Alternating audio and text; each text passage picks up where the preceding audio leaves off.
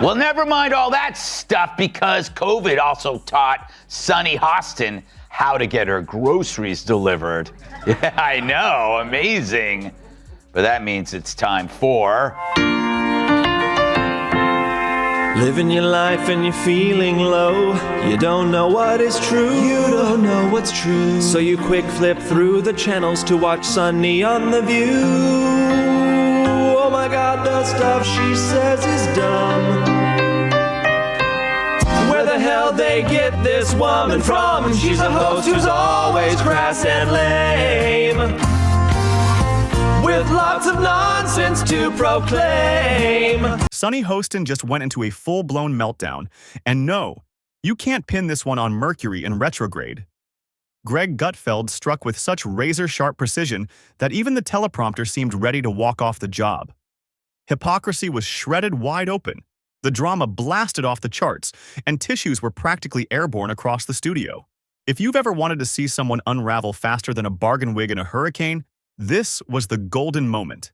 And you won't believe the words that slipped out of her mouth once the cameras finally cut. Make fun of The View a lot, but that's only because they keep talking. Those hens are always clucking. They get to say stupid stuff for an hour every day, and then I get to say stupid stuff for an hour every day, except on purpose. But every now and then, one of those dingbats inadvertently says something that reveals modern liberal thought so perfectly it deserves further study. You know, like a weird serpent that washed up on the beach and you want to poke it with a stick. Sunny Hostin finally cracked wide open. And this wasn't the ordinary slip-up that happens daily on The View when someone dares to ask anything tougher than, "What's your favorite color?" This was a massive, high-definition, 4K Ultra HD televised breakdown for the entire world to witness. And what sparked it all? None other than Greg Gutfeld, who managed to tear through more hypocrisy in just 2 minutes than The View has managed to sweep under the rug in over 20 years. So, Sunny, I bet you haven't been in a supermarket since COVID for about 3 years. I haven't been in a supermarket since COVID. For about 3 years. That's when I discovered Instacart. And I give them a big tip because they don't always pay their people well. And so that's been an issue, I think, for the company. But, man, you can get toiletries. You can get fire logs. You know those big bounty towels you don't want to carry? Those from Costco. Somebody else goes. Fire logs? She had to tell the audience that she tips big because even she knows she sounds insufferable. Hey, I'm an but at least I tip. It all kicked off like any other Tuesday on The View, which usually feels less like a talk show and more like a loud therapy circle packed with self-praise and endless affirmations. As always, the panel proudly announced they were saving democracy, one misguided rant at a time. Sunny Hostin, stepping into her role as the so-called legal expert with all the grace of a teenager fumbling through Guitar Hero, energetic yet painfully offbeat, took the spotlight. Her grand conclusion? That every single issue in the world is always someone else's fault, and facts don't matter as long as you scream your lines with enough intensity. Hostin's obsession with race gets thrown back in her face. Today's video comes to us from Sunny Hostin. Sounds like a town. We're in Sunny Hostin. She was on PBS's Finding Your Roots, a show dedicated to researching celebrity ancestry. For context, Sunny is a staunch supporter of reparations and has made a fortune spewing nonsense about white privilege and racial justice. Well, turns out she's not as oppressed as she claims she is. She's actually the descendant of slave owners from Europe. Here's how she took the news. If you've never sat through an episode of The View, just imagine the comment section of a raging political Facebook thread, only hosted by people who once skimmed a Wikipedia article on the Constitution and immediately declared themselves experts. Sunny thrives right in that storm. She's hailed as the voice of reason, but only if your version of reason means yelling "threat to democracy" every single time someone dares to poke at her latte-fueled worldview. Wow. I'm a little bit in shock. I just always thought of myself as Puerto Rican, you know, half Puerto Rican. I didn't think I was, my family was originally from Spain and slaveholders. Yeah. So how are you feeling, my friend? I think it's actually pretty interesting that my husband and I have shared roots. Yeah. So I do appreciate that. And I think it's great for our children to know this information. I guess it's a fact of life that this is how some people made their living, on the backs of others. Fact of life. Interesting change of tune. For more, we go to our chief Sunny Hostin correspondent for a reaction.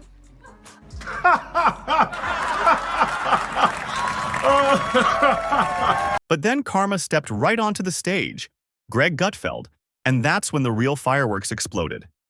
Greg isn't the slick, polished pundit type. He's more like that sharp-tongued dinner guest who blurts out exactly what everyone else secretly thinks. Sunny clearly missed the memo that sarcasm is still perfectly legal, because the moment Greg began slicing through her endless web of hypocrisies, she folded like a beach chair in a storm. First, he spotlighted Sunny's favorite trick, preaching about civil discourse, while only weeks earlier, she labeled half the country as a mob of democracy-destroying monsters. To her, civility only counts if you agree with her word for word. Otherwise, you're practically guilty of treason.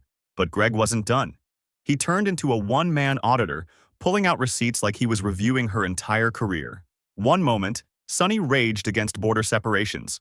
Then, when her own preferred leaders did the same thing, suddenly it became complex policy nuances, too sophisticated for regular people to understand. Hypocrisy wasn't just her habit.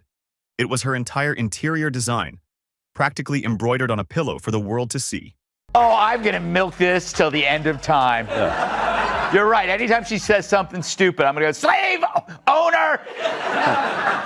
Kat, I just watched that. That's the second time I've watched that. She was tipped off beforehand, right? Because they had to tell her before, so she had time to regroup. They wouldn't just surprise. Do you think? No? I don't know. I feel like she could have maybe done better. Okay, here's the thing. Greg exposed it all. Sunny's outrage flips on and off like a cheap light switch. It blazes the moment a conservative sneezes, then vanishes. The second a liberal stumbles over the Constitution. She's the type who demands investigations into the ethics of a tweet, while fiercely defending politicians who couldn't spell ethics, even with half the letters given to them. And the audience? They responded like the loyal fan club they've always been. Greg could have waved around a scrapbook of Sunny's contradictions, autographed by Sunny herself, and they still would have booed him for spreading hate. Naturally, Sunny pulled the classic move every media personality knows by heart. She played the victim faster than anyone could whisper audience sympathy. With shaky tones and well-rehearsed tears, she twisted Greg's attack on her hypocrisy into a sweeping insult against women, minorities, and practically anyone she could throw into the mix. When reason runs dry, she expands the battlefield until sheer emotion is her only weapon left. I think that women, white women in particular, want to protect the patriarchy here because it's to their benefit. Yeah. They want to make sure that their husbands do well. They want to make sure that their sons do well. They want to make sure that their children do well. And they want to make sure that they do well. Most of the women in some of these studies are married white women, and they do fall in line with what their husbands are doing. People have to wonder, where does Sunny Hostin get her opinions? Yeah. Like you said, it's obviously from her husband. She has to tell her what to say on The View, because without it, she's got nothing up there. Sunny, who has spent years on her comfortable ABC throne hurling labels at millions of Americans, suddenly collapsed into tears because someone dared to highlight that she contradicts herself more than a motivational guru with commitment issues. It was emotional gymnastics so wild it deserved a gold medal. If only the Olympics rewarded pure lack of self-awareness. And her fellow panelists? They circled around her like a cowboy posse in an old Western, except instead of fending off danger, they were shielding Sunny from the nightmare of being fact-checked. Whoopi Goldberg even jumped in with a pep talk that basically translated to, "Remember, facts don't matter if you feel them strongly enough."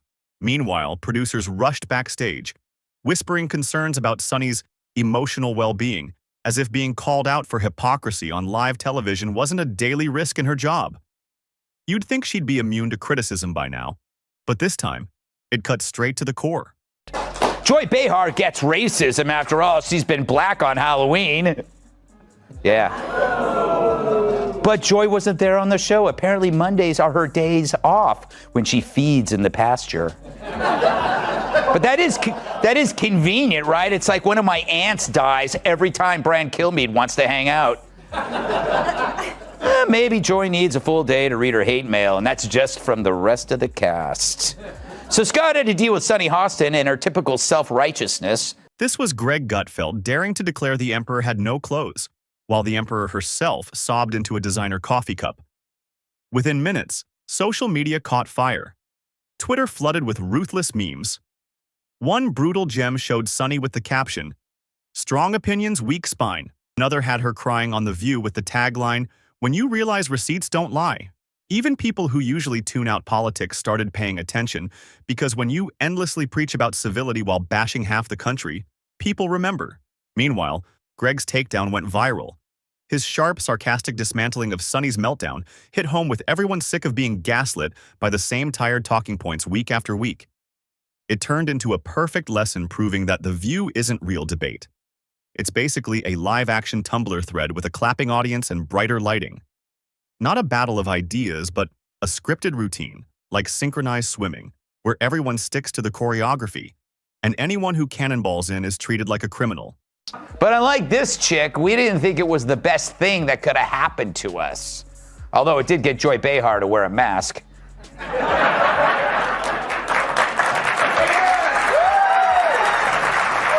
You make me sick. It's funny, her being named Joy is like me being named ugly. What made the entire spectacle even juicier was watching The View scramble to spin the disaster. Suddenly, this wasn't about Sunny's contradictions. Oh no, now it had magically transformed into a crusade about protecting women and standing up to bullying. Apparently, pointing out hypocrisy has been reclassified as a federal hate crime. The reality is, The View has devolved into nothing more than a padded safe zone for ideas that collapse the instant they're tested by serious adult discussion. Sunny Hostin and her co-hosts aren't searching for real debate. They're running a daily self-esteem workshop disguised as political commentary.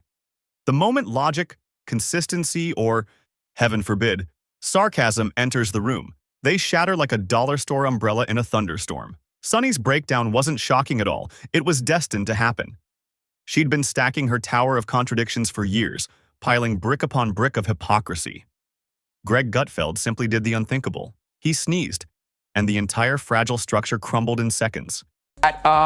Did you watch the whole thing or just the parts that I sent you? I watched it. Obviously, just the parts that you said. Did I watch a whole episode of The View? No woman can do that unless you're stupid. But I have a job. Here's the thing. How can they call themselves progressives when they keep saying that nothing has progressed? Then it's on them. Right. I just wish I could have, would have watched if I could, would have been Joy Behar watching that. Yes. And being like, I totally made the right call. It was not an accident that they had him there on her day off. Yes. When she was, presented herself as the, expert on systemic racism. And of course, no modern meltdown is ever complete without a shiny rebrand. Sunny launched into a tear-filled sermon about growth and being brave enough to be vulnerable. Translation: please forget that I was just caught twisting my own principles live on national TV. Honestly, it was almost impressive. Watching The View spin a blatant exposure of hypocrisy into a so-called teachable moment about healing. It could have been the script for a Marvel blockbuster, The Gaslighters Assemble.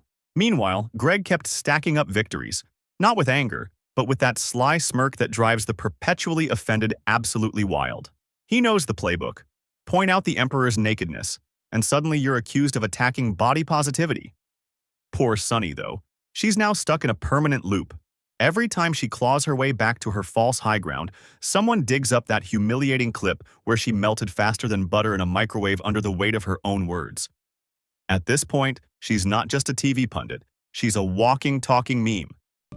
People have to wonder, where does Sunny Hostin get her opinions? Yeah. Like you said, and it's obviously from her husband. She has to tell her what to say on The View, because without it, she's got nothing up there. She's not very bright. But the problem with her is that she went full racist. She injected skin color into a fairly generic behavior seen in all spouses, regardless of skin color. People marry, they listen to each other, they have something in common with them, they share their political views.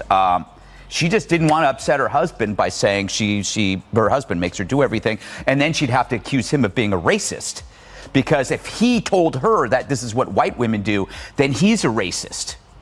You see? Sonny's meltdown now stands as a glaring reminder of what happens when emotional manipulation finally collides with real accountability. In a fair world, The View would take this moment to pause, reflect, maybe even welcome voices with opposing views, and rediscover the lost art of honest debate without fainting every time someone dares to disagree. But let's face it, the chances of The View embracing genuine integrity are about as likely as Sunny Hostin winning a Pulitzer for courage. Instead, brace yourself for episodes filled with emotional support llamas, breathing exercises, and a 3-part special titled Why Feelings Matter More Than Facts. And Sunny? She'll keep clinging to her imaginary moral high ground, confusing altitude with virtue, delivering polished speeches about how truth matters, while dodging anything resembling truth as if it were toxic waste. Meanwhile, Greg Gutfeld will keep doing what he does best, reminding America that the emperor isn't just naked. He's demanding applause for his wardrobe. More time to talk. And I thought Will Smith wouldn't let a black man finish. If her IQ was half as high as her smugness, she'd be Einstein. And later it got weird after Whoopi Goldberg asked a question and Sunny chimed in again. If nothing else, Sunny's collapse handed the world a gift. A crystal-clear televised reminder that hypocrisy always devours itself in the end. You can only mislead yourself and your audience for so long before someone finally points, laughs, and refuses to play along. And laugh they did, loudly and mercilessly. In the end, Sunny Hostin's breakdown wasn't just about being exposed. It wasn't even simply about politics. It was the unavoidable collision of fragile egos, staged outrage, and the unshakable wall of reality. The View spun the wheel of drama, and this time it landed not on victory, not on civility, but squarely on humiliation in its purest, rawest form.